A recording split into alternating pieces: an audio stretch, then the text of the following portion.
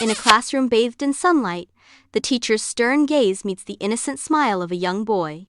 What do you think about getting a 2 for the third time this week? The teacher's question hangs in the air, heavy with expectation. The boy replies innocently, "Teacher, I understand the meaning of the saying, what you hate, God will give you." The teacher is speechless, her eyes widening in disbelief. Defeated, she looks up at the sky and sighs, overwhelmed by the boy's unexpected wisdom. Sunlight bathes the cartoon classroom as the teacher recounts tales of a bygone era. "Back then I had to walk 10 kilometers to get to school," the teacher declares, chest puffed out with pride. Hoy leans back, a mischievous glint lighting his eyes as he mutters, "I should have woken up earlier so I wouldn't have missed the bus." The classroom erupts in laughter, the teacher's smile instantly extinguished by a surge of anger. The laughter echoes, but the teacher's face turns red. A wave of silence falls over the room. The cartoon classroom bursts with color, a vibrant backdrop to the day's lesson. The teacher, standing tall, sets the stage. "Write an essay describing your favorite animal." But then, a twist. "No, describe your dog." A boy, earnest and bright, furiously scribbles in his notebook, lost in thought. The boy speaks, "My family has a dog. The dog has a lot of hair. If it has a lot of hair, it must have lice. Now I will describe a lice." A shy boy nervously clutches a folded note, his heart pounding in the brightly colored school bus. Sunlight streams through the windows, illuminating the dust motes as the bus rumbles along. With a deep breath, he shoves the paper towards a girl a few seats ahead. He speaks, his voice barely a whisper. "I really like you. If you agree, give it back, otherwise throw it out the window." The girl remains still, unaware of the note inching closer. The bus continues its bumpy journey, each creak and groan amplifying the boy's anticipation. Sunlight floods the cartoon classroom, illuminating dancing dust motes as the kindly teacher smiles. The teacher asks, "In the past school year, which character made the strongest impression on you?" A chorus of responses fills the room. "Napoleon, Lincoln." A boy chimes in with a playful grin. "Teacher, my dad, especially when he looked at the final grades at the end of the year."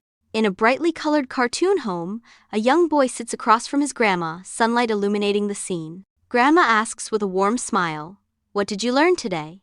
The boy responds innocently, "We did a chemistry experiment on explosives, Grandma." Grandma inquires, "What about tomorrow?" The boy replies oblivious, "I don't know yet. We have to wait for the school to be rebuilt." A cartoon school bursts into view, its lines thick and playful against a surreal sky. Smoke billows ominously around the cartoon school, a stark contrast to its whimsical design. The cartoon school is silhouetted against the smoky haze, a bizarre scene. The cartoon school stands, smoke still rising, a scene of peculiar chaos. Sunlight floods the cartoon classroom, a stage set for hushed anticipation. A teacher enters, her exaggerated features a comic mask of surprise. A teetering stack of papers becomes a symbol of her precarious control. The papers sway, threatening to spill secrets into the expectant silence. Anticipation hangs heavy as the teacher steps further into the cartoonish space. The cafeteria erupts into a cartoonish whirlwind of anarchy as students unleash a food fight of epic proportions. Spaghetti flies through the air like silly string, coating everything in a sticky, saucy mess. Gravy splatters against the walls, creating abstract art in shades of brown and beige. Noodles dangle precariously from the ceiling fans like bizarre, edible chandeliers. The air hangs thick with the unmistakable scent of tomato sauce and youthful rebellion. In the cartoon library, a student sits at a wooden table, a colorful cartoon book open. He glances around nervously, aware of his surroundings. He ducks his head, hiding his actions from view. His fingers fly across his phone screen, engaged in a secret game. The cartoon book is merely a flimsy disguise. He is absorbed in his intense mobile gaming session. The cartoon schoolyard bursts with playful chaos, a symphony of youthful energy and mischief. A mischievous grin spreads across a student's face as glue is applied to a bench, setting the stage for comical chaos. Unsuspecting, a classmate sits, triggering a cascade of giggles and uproarious laughter. With lightning speed, shoelaces are tied together, turning the schoolyard into a stage for comical stumbles and bewildered expressions. The air vibrates with the sounds of laughter and the joyful mayhem of childhood. In the cartoon art class, students lean over their desks, lost in their bizarre creations. A student meticulously paints a six-legged cat, a surreal vision taking shape. Another student molds a melting clock from clay, defying the laws of time and reality.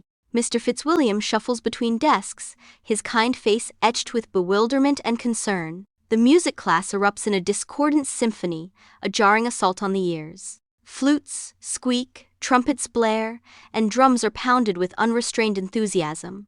Amidst the chaos, varying levels of skill clash, creating a cacophony of sound. Enthusiasm clashes with talent, resulting in a discordant performance. The air vibrates with a chaotic energy.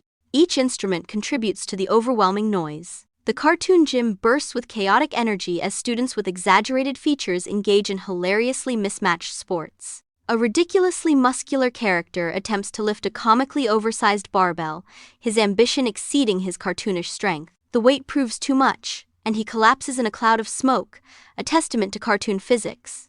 Another student bounces enthusiastically on a trampoline, soaring through the air with wild abandon. Their flight ends abruptly as they crash into a stack of conveniently placed mats, a soft landing in a world of hard knocks. A third attempts to dribble a basketball, only for it to deflate upon contact with their oversized glove, a comical failure. The principal's office bursts with chaotic color, a stark contrast to the tense air.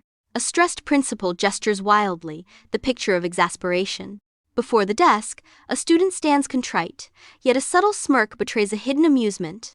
The student's facade of contrition begins to crumble as their hidden amusement threatens to surface. As sunset paints the sky, the school bursts with the sounds of children's laughter. Teachers' faces light up with broad smiles. A series of snapshots capture the joyful moments of school life. The setting sun casts long shadows, bathing the scene in a golden hue. Students are naturally mischievous and surprisingly smart, the narrator reflects. Although they sometimes give teachers headaches, it is these moments that create truly memorable school memories.